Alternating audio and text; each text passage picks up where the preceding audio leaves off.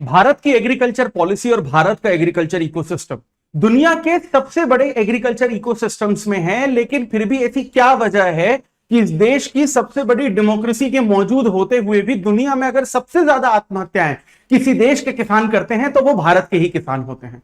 ऐसी क्या समस्याएं हैं इन किसानों के सामने?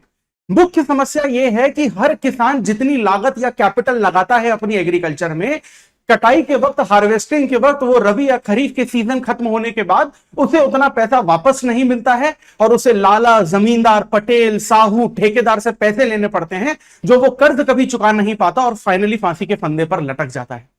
तो इसमें इतनी सारी प्रॉब्लम्स आ कैसे रही हैं? इनकी लेयर्स क्या है? क्या प्रॉब्लम यह है कि किसानों को बीज बोने नहीं आते? क्या प्रॉब्लम यह है कि किसान खेती करते वक्त बेसिक मिस्टेक्स करते हैं, या पेस्टिसाइड्स या फिर दूसरी अलग तरीके की कीटनाशक दवाइयां या फर्टिलाइजर का जरूरत से ज्यादा इस्तेमाल करते हैं, या फिर दूसरी और गलतियां करते हैं, या हार्वेस्टिंग करनी उन्हें नहीं आती, कटाई के वक्त बहुत सारा धान उनका वेस्ट हो जाता है, या फिर सब कुछ सही हो जाता है, इसके बावजूद हमारे पास, हमारी देश की सरकार के पास कोल्ड स्टोरेज नहीं है, गोडाउन नहीं है, जिससे कि उस गेहूं का सही तरीके से बचाव नहीं किया जाता और बारिश में पड़े पड़े वो गेहूं पूरी तरीके से सड़ जाता है।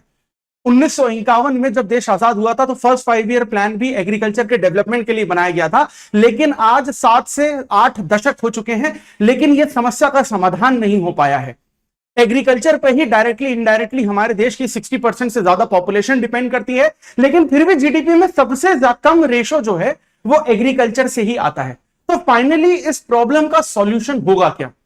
शायद अब ऐसा देखकर लग रहा है कि इस प्रॉब्लम का सॉल्यूशन भारत सरकार ने और बीआईएस ने फाइनली निकाल लिया है, और वो है NCA, national code for agriculture. Detail में समझने की कोशिश करेंगे कि एनसीए क्या है, ये किस तरीके से हमारी एग्रीकल्चर की समस्याओं को सॉल्व करेगा, किस तरीके से जीडीपी में एग्रीकल्चर का पार्टिसिपेशन बढ़ाएगा। इन सारी कॉम्प्लिकेटेड चीजों को आज के इस वीडियो में हम डिटेल में और आसान भाषा में समझने की कोशिश करेंगे। Welcome to Chahal academy, this is Anubhav देपानी।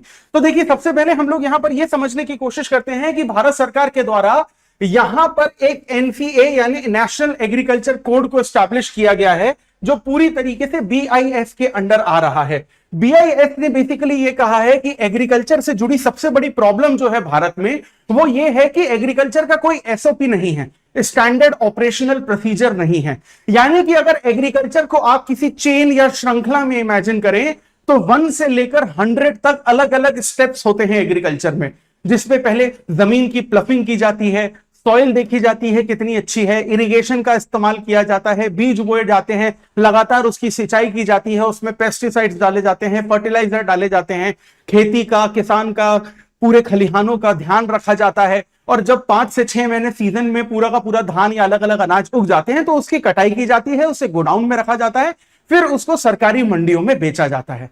यह पूरी की पूरी चेन होती है। लेकिन अगर इस पूरी की पूरी चेन में किसी एक जगह पर भी एक छोटी सी भी गलती हो जाए तो वो सीजन का जो खेती है वो पूरी तरीके से बर्बाद हो जाता है।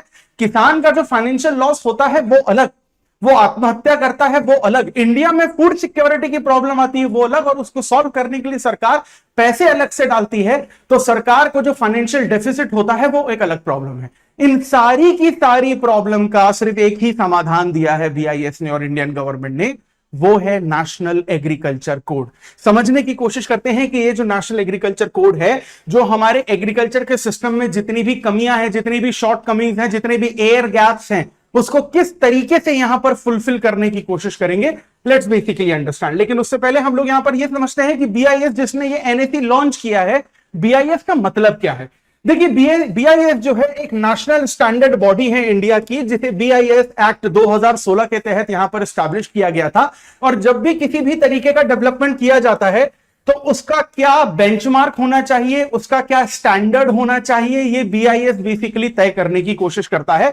उदाहरण के तौर पर आपने आईएसओ सर्टिफिकेट्स का नाम सुना होगा, जिसे हम लोग इंटरनेशनल ऑर्गेनाइजेशन फॉर स्टैंडर्डाइजेशन कहते हैं, या आईईएस जिसे इंटरनेशनल इलेक्ट्रॉनिकल कम्युनिकेशन के नाम से जानते हैं, जो आपके ministry of consumers and food and public distribution के अंडर आता है। तो इस तरीके के जो स्टैंडर्ड वाले आईएसओ सर्टिफिकेट होते हैं वो बीआईएस के द्वारा दिए जाते हैं। और बीआईएस ने यह कहा है कि अगर एग्रीकल्चर की ग्रोथ करनी है इस देश में, तो इसका मतलब है कि इसी तरीके का जो स्टैंडर्डाइजेशन है वो एग्रीकल्चर में भी आना चाहिए। बैंकिंग सिस्टम अगर एक ऑर्गेनाइजेशन से चलता है, एक ऑर्गेनाइज तरीके से चलता है, एजुकेशन इंडस्ट्री अगर एक ऑर्गेनाइज तरीके से चलती है, स्टील पावर प्लांट अगर एक ऑर्गेनाइज तरीके से चलते हैं, तो एग्रीकल्चर क्यों एक ऑर्गेनाइज तरीके से नहीं चल सकता? तो यहां पर बेसिकली नेशनल एग्रीकल्चर कोड में पॉलिसी के नाम पर कहा यह जा रहा है कि देश में एग्रीकल्चर स्टैंडर्ड सेट करने की जरूरत है, जिसके तहत एक पूरा का पूरा फ्रेमवर्क बनाया जाएगा और एग्रीकल्चर की जो साइकिल है उसको बिना किसी गलती के कंप्लीट किया जाएगा। एग्रीकल्चर साइकिल का मतलब यह है कि अगर आप यहां पर खरीफ की फसल उगा रहे हैं तो जून जुलाई से जो वक्त शुरू होता है अक्टूबर नवंबर की हार्वेस्टिंग तक, इस पूरे साइकिल में किसी भी तरीके की गलती किसी भी तरफ से नहीं होनी चाहिए। रबी की फसल अगर आप उगा रहे हैं तो अक्टूबर नवंबर से लेकर मार्च अप्रैल तक के पूरे साइकिल में किसी भी तरीके की गलती नहीं होनी चाहिए। इस एनएसी में बेसिकली फार्मर्स को भी इंक्लूड किया जाएगा, एग्रीकल्चर यूनिवर्सिटीज को यहां पर ट्रेनिंग दी जाएगी, ऑफिशियल्स जो हैं यहां पर इंक्लूड रहेंगे, यानी जितने भी लोग होते हैं खेती के लिए, यानी कि किसानों को सिखाया जाएगा ग्रास रूट लेवल पर प्रैक्टिकल के द्वारा कि आपको खेती किस तरीके से करनी चाहिए, आपको क्या गलतियां इग्नोर करनी चाहिए।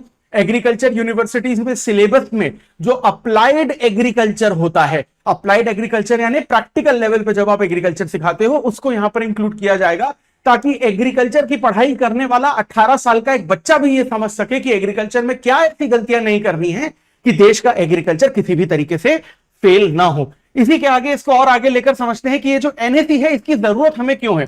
देखिए, जरूरत हमें इसीलिए है क्योंकि 70-80 साल हो चुके हैं लेकिन एग्रीकल्चर पूरी तरीके से फेल रहा है इस देश में। सबसे ज्यादा लोग खेती करते हैं, दुनिया की कोई भी ऐसी मिट्टी नहीं है जिस पर खेती की जा सके और वो भारत में पाई न जाती हो, चाहे वो आपकी अलूवियल सॉइल हो, ब्लैक सॉइल हो, लेटेराइट सॉइल हो, येलो सॉइल हो, रेड सॉइल हो, सैंडी सॉइल हो, फॉरेस्ट सॉइल हो, हिली सॉइल हो, सब कुछ हमारे देश में है। मॉनसूनल क्लाइमेट तक हमारे देश में है। 12 महीने में से 9 महीने देश के अलग अलग हिस्सों में आपको कंटिन्यूसली बारिश देखने को मिलती है। इस दुनिया में जितनी नदियां नहीं हैं उससे ज्यादा नदियां हमें सिर्फ और सिर्फ भारत में देखने को मिलती है। हमारे पास ह्यूमिडिटी भी अच्छी है, टेम्परेचर अच्छा है, सब कुछ अच्छा है, फिर भी हम लोग फेल हो रहे हैं क्योंकि मैनेजमेंट की कमी है। इस मैनेजमेंट की कमी को पूरा करने के लिए, सॉल्व करने के लिए यहां पर हमें एनएसी की जरूरत है और इसी के तहत हम एक फ्रेमवर्क एस्टैब्लिश करेंगे और एक स्टैंडर्डाइजेशन जो है उसको लेकर आएंगे। अब यह समझते हैं कि एनएसी को जब इंप्लीमेंट किया जाएगा तो इसमें बेसिकली क्या क्या इंक्लूड किया जाएगा। देखिए, सबसे पहली बात तो यह है कि एग्रीकल्चर मशीनरीज को इसमें इंक्लूड किया जाएगा। जो ट्रेडिशनल तरीके से खेती कर रहे हैं उसमें बहुत सारी दिक्कतें आती हैं, समस्याएं आती हैं। एग्रीकल्चर मशीनरीज को इसमें इंक्लूड किया जाएगा।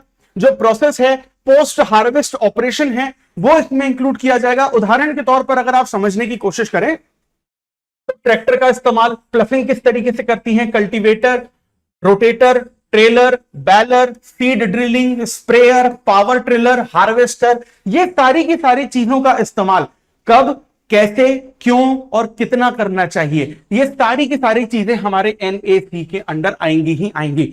अब यहां पर अगर हम लोग एनएसी की इमर्जिंग प्रैक्टिसेस के बारे में बात करते हैं तो सबसे पहले हमें यहां पर यह समझना पड़ेगा कि जो इमर्जिंग एरियाज हैं एग्रीकल्चर के, वो सारे के सारे इसमें कवर होंगे। किस किस तरीके की नई नई खेती की जा सकती है, नई फसलें उगाई जा सकती हैं।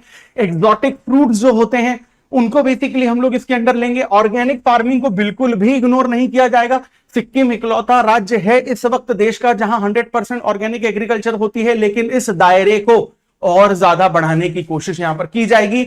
आईओटी का इस्तेमाल किया जाएगा, internet of things of technology का इस्तेमाल किया जाएगा। जिस तरह 2002 में हम लोगों ने एग्रीकल्चर में बायोटेक्नोलॉजी और नैनो टेक्नोलॉजी को इंट्रोड्यूस किया था और येलो रिवॉल्यूशन लेकर आए थे दालों की खेती के लिए, पल्सेस के लिए, उसी तरीके की चीजों को यहां पर आगे बढ़ाने की कोशिश की जाएगी यहां पर। अब इसके अलावा जो जितने भी आपको मॉडर्न टेक्निक्स हैं वो सारे के सारे हम लोग एग्रीकल्चर में लाएंगे, लेकिन जो ट्रेडिशनल प्रैक्टिसेस हैं उसको भी हम लोग यहां पर बचाकर रखेंगे। एग्जाम्पल के तौर पर अगर हम लोग यहां पर एग्रीकल्चर कर रहे हैं तो हम लोगों को सबसे पहले यहां पर फील्ड मॉनिटरिंग करनी पड़ेगी कि जो खेती जिस जमीन पर की जा रही है वो सही है कि नहीं, उसमें कोई दिक्कत तो नहीं है, इरिगेशन कहीं कम तो नहीं हो रहा या फिर कहीं ज्यादा तो नहीं हो रहा। इसे हम लोग वाटर स्ट्रेस के नाम से जानते हैं।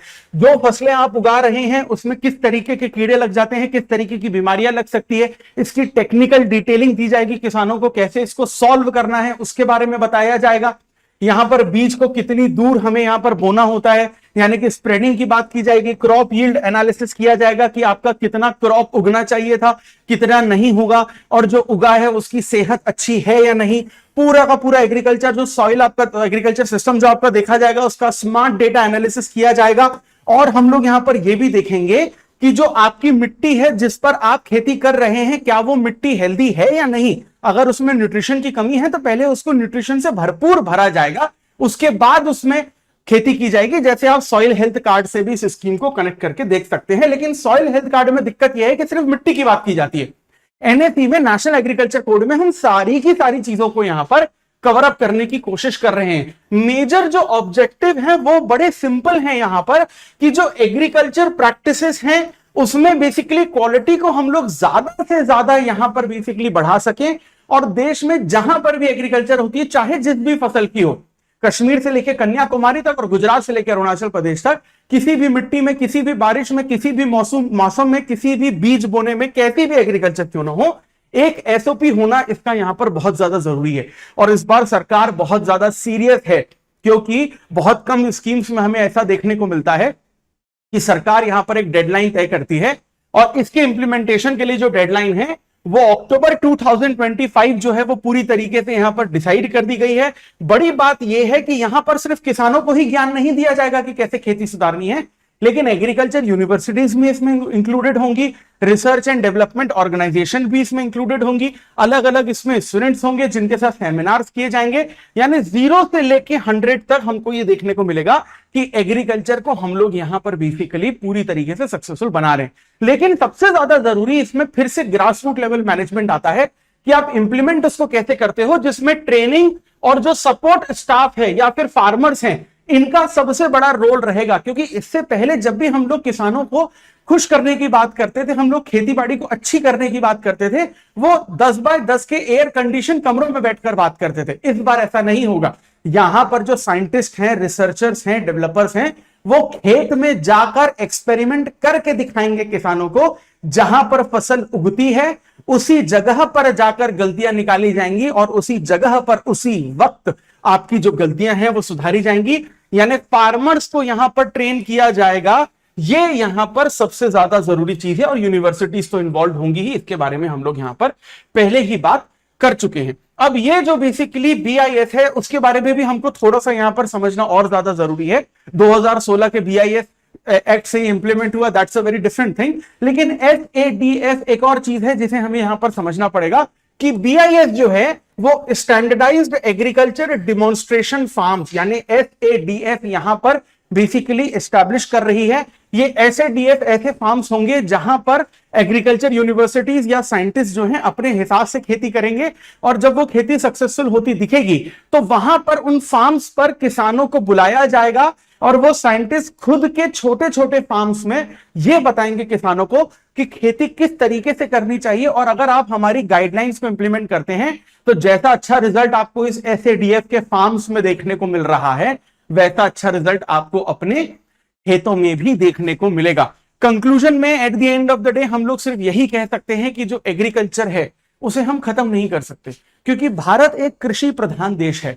जरूरत है ट्रेडिशनल एग्रीकल्चर जो प्रैक्टिसेस हैं उनको बचाने की, लेकिन वक्त के साथ जब हर चीज बदलती है तो एग्रीकल्चर को भी बदलना पड़ेगा, यानी कि मॉडर्न होना पड़ेगा। जिस तरीके से समय के साथ हमने अपनी सोसाइटी को बदला है, लेकिन हम अपने रूट्स कभी नहीं भूले, उस तरीके से एग्रीकल्चर में भी समय के साथ मॉडर्नाइजेशन जरूरी है। लेकिन जो ट्रेडिशनल प्रैक्टिसेस हैं उसे हम यहां पर खत्म नहीं करेंगे।